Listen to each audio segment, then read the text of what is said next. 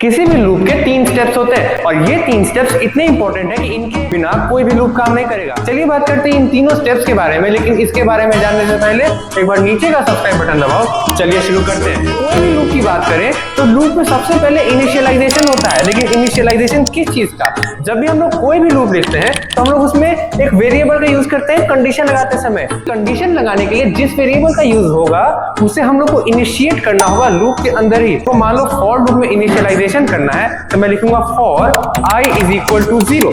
इस केस में मैंने i को इनिशियलाइज कर दिया जहां पे उसकी वैल्यू दे दी 0।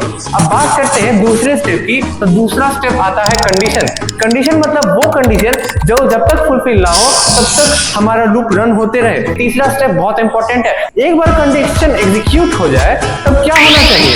अगर कंडीशन एग्जीक्यूट हो जाए तो हमारे जो इनिशियलाइज वेरिएबल है उसमें चेंज आना चाहिए, नहीं तो वो कंडीशन हमेशा ट्रू रह जाएगी और इसी कारण वो लूप इनफाइनाइटली रन हो जाएगा। तो हमें हमारे इनिशियलाइज वेरिएबल में कुछ चेंजेस करने होंगे ताकि हमारा लूप इंडेफिनिट ना हो और एट सम पॉइंट एंड हो जाए।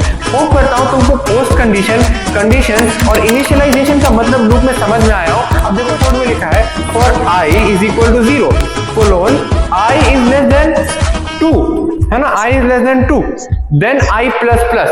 अब यहाँ पे i को मैंने दे दिया वैल्यू 0। अब i जब तक 2 से कम है तब तक वो लूप रन होगा और जैसे ही एक बार वो लूप रन होगा i की वैल्यू 1 से बढ़ती चली जाएगी। होप करता हूँ आज का शॉर्ट अच्छा लगा हो। अगर अच्छा लगा तो लाइक सब्सक्राइब करना।